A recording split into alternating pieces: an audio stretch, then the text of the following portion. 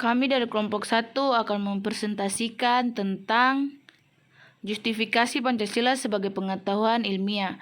Pengetahuan Pancasila sebagai salah satu bidang ilmu yang menganalisis Pancasila melalui penelaran dan analisis yang mendalam terhadap nilai-nilai Pancasila itu sendiri. Seperti berbagai ilmu yang lain, pengetahuan Pancasila juga bersifat. Ada 4 syarat-syarat pengetahuan ilmiah. 1. Berobjek, berarti memiliki sasaran atau objek material dan titik perhatian tertentu atau objek formal. 2. Bermetode atau mempunyai metode, berarti memiliki seperangkat pendekatan sesuai dengan aturan-aturan yang logis. 3. Bersistem atau bersifat sistematis atau bermakna memiliki kebulatan dan keutuhan. 4. Bersifat universal atau dapat dikatakan bersifat objektif dalam arti bahwa penelusuran kebenaran tidak didasarkan oleh alasan rasa senang atau tidak senang, setuju atau tidak setuju, memainkan karena alasan yang dapat diterima oleh akal. Selanjutnya, rumusan Pancasila yang dijadikan sebagai dasar negara Republik Indonesia seperti yang dicantum dalam pembukaan Undang-Undang Dasar 1945. Alinea keempat adalah 1. Ketuhanan yang Maha Esa. 2. Kemanusiaan yang adil dan beradab. 3. Persatuan Indonesia. 4. Kerakyatan yang dipimpin oleh hikmat kebijaksanaan dalam permusyawaratan perwakilan. 5. Keadilan sosial bagi seluruh rakyat Indonesia.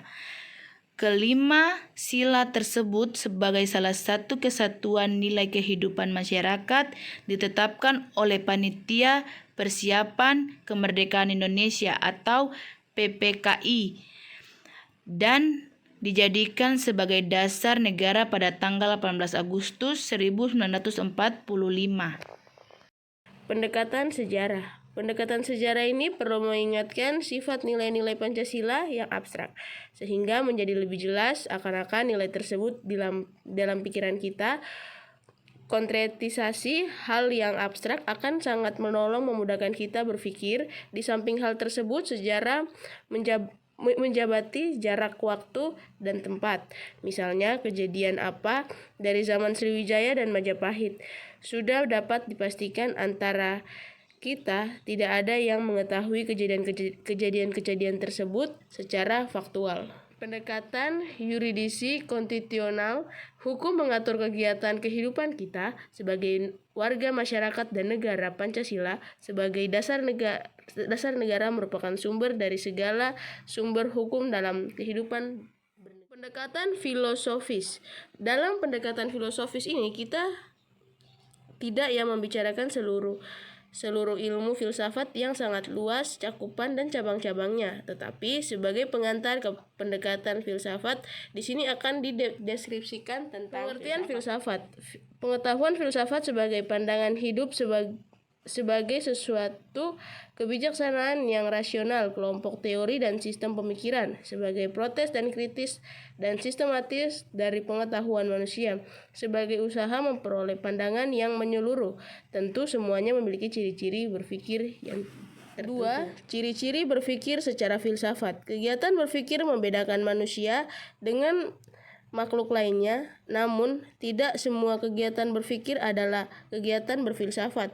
Adapun ciri-ciri berpikir filsafat antara lain bersifat kritis, bersifat terdalam, konseptual, koheren, komprehensif, universal, sistematis, spekulatif, bebas dan bertanggung jawab, dan sebagainya. A. Berpikir kritis. Sifat kritis tersebut dipengaruhi oleh sifat berpikir dari berbagai segi dan sudut pandangan dan dinamis. B. Bersifat terdalam. Berpikir terdalam hanya merumuskan fakta dan sifatnya khusus dan empiris, namun pada hakikatnya atau pengertian yang fundamental. C. Konseptual. Bersifat konseptual yang merupakan suatu hasil generalisasi dan abstraksi dan pengalaman-pengalaman yang sifatnya sangat khusus dan individual. Koheren.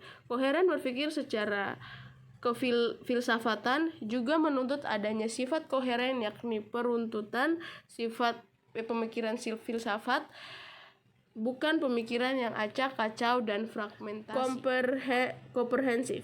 Berpikir secara komprehensif, menyeluruh atau luas. Menyeluruh berarti tidak ada sesuatu pun di luar jangkauannya. Misalnya mengenai objek materi manusia, jika dipandang salah satu dari aspek-aspeknya, aspek ekonomi atau aspek fisik, tentulah tidak cukup untuk memaknai manusia, memecahkan persoalan hidup manusia, maka perlu manusia itu renungkan dari berbagai segi sehingga kesimpulannya dapat diterima seluas-luasnya karena sifatnya yang menyeluruh itu.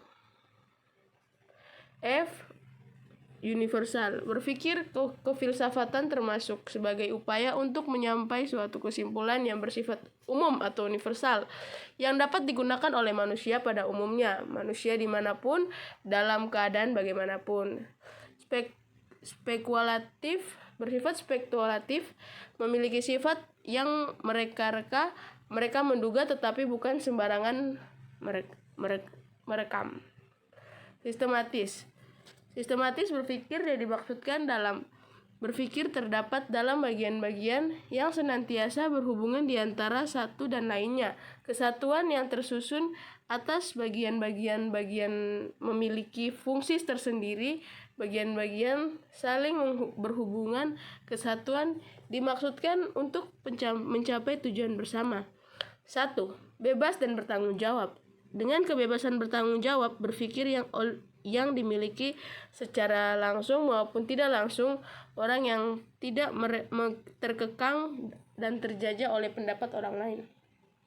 Terima kasih.